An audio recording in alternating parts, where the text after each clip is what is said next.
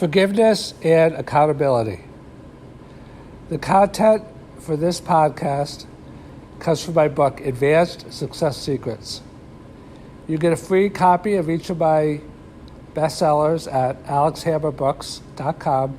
That's AlexHammerbooks.com. It is said that forgiveness is the gift that you give yourself. But is it really?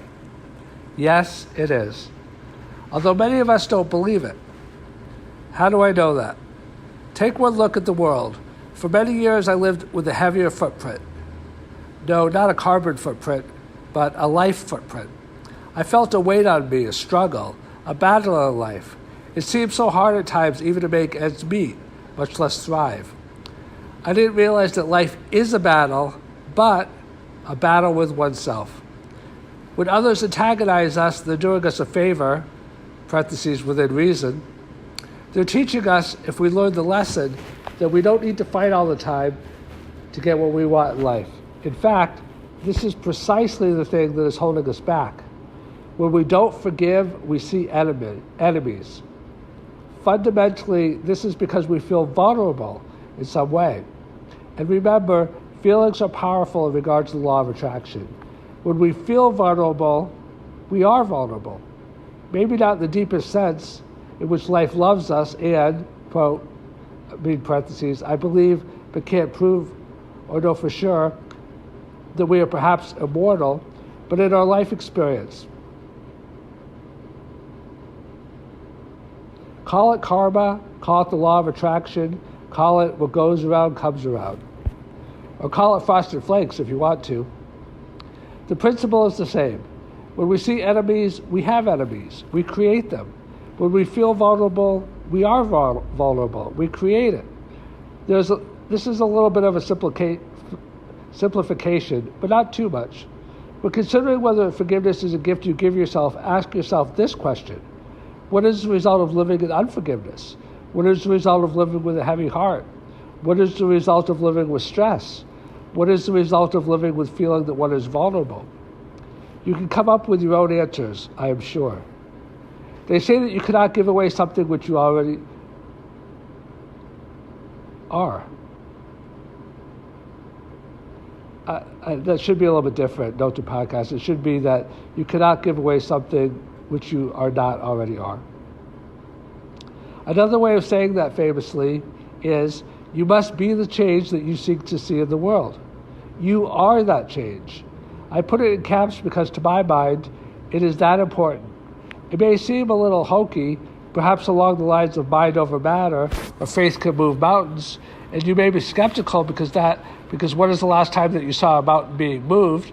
But we are creating our realities, at least to some degree, because others are also creating theirs.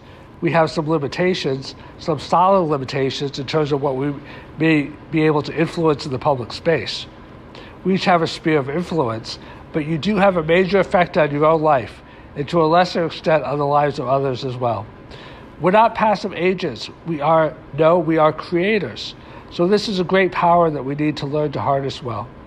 Another famous saying I like is, wherever you go, there you are. To me, that is a gentle reminder to try to be at peace with oneself. I also like the similar reminder saying, grow where you are planted.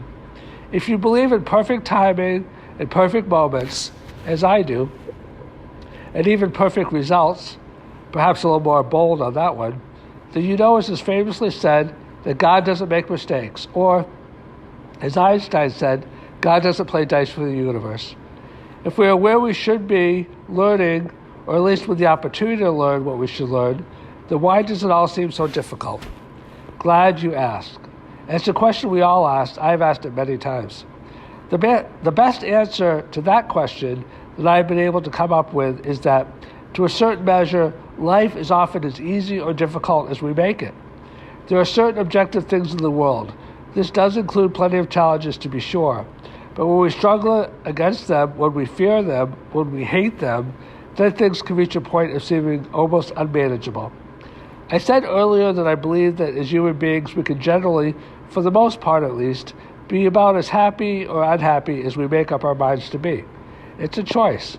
It seems more difficult because we put a lot of conditions on life, because we put a lot of conditions on ourselves. It will not surprise you to hear, following from this logic, that it's difficult for us to forgive others because it is difficult for us to forgive ourselves. Remember, the outer world is an expression or mirror of the inner, and it is, as noted, impossible to give away something which we do not already have. Imagine if we were at peace with ourselves. How would we relate to others if we didn't feel that we needed something from them? I'm not saying that this is the ideal state or even possible. I'm just asking the question. Love comes from a place of fullness. Unforgiveness, including grudges and bad feelings, comes from a place of vulnerability or lack. But I also wish to take a look at the other side, or another side at least, because I'm not advocating that we should always be forgiving angels 100%. Remember when we recently discussed managing up and down? Accountability, the flip side of forgiveness, is involved in this process. When we manage up or down, or sideways, we are utilizing accountability.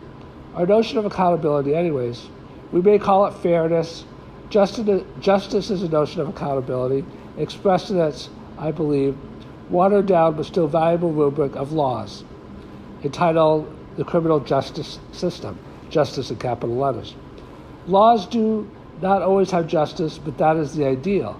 That is what we are after, or should be after. Accountability is good because it is a learning tool. If we did something wrong and we were not corrected, how would we know not to do that wrong thing again? We can learn from our own experience and also through the experience of others. Observational learning. Sometimes we don't forgive because we are focused on accountability and fairness, but sometimes we don't forgive because we are just petty, or jealous, or small. How can we separate out the two? Discernment. In the Laws and Secrets of Success, the next to the final chapter was entitled, The Wisdom to Know the Difference. Discernment is this ability, along with character, which plays a big role. Sometimes accountability is accountability, and sometimes it is unforgiveness. This is not so much an objective evaluation, of course, as much as it is often dependent upon the players at play, in their motivations, needs, and drives, etc. But we shouldn't be too hard on ourselves regardless. Who among us hasn't engaged in a bit of unforgiveness at times? Sometimes with a nice spin of accountability thrown in for good measure. Perhaps this is why the Bible reminds us, judge not lest you be judged. We need to make judgments in our lives, of course, but perhaps this is very different than being judgmental. But perhaps judgments lead to accountability, but judgmentalness, if that is a word, leads to unforgiveness. Sounds good to me. Discernment is critical to character. If we can't differentiate between when we are practicing accountability and when we are practicing unforgiveness, then this is a stumbling block for us. Our feelings could be a guide. At some level, it feels good when we work to make the world in some way more fair as we define it. This is an important and critical part of life. But it feels bad when we seek to punish someone, for example, to try to make them feel bad out of our own weaknesses. Although it may be tempting to try, we can't really feel better at another's expense. We're all related, and the energy of life is like a boomerang. What we put out is what we ultimately receive. Forgiveness is, in capital letters, on is, the gift you give yourself. If you're smart and successful, you will have already realized that by now.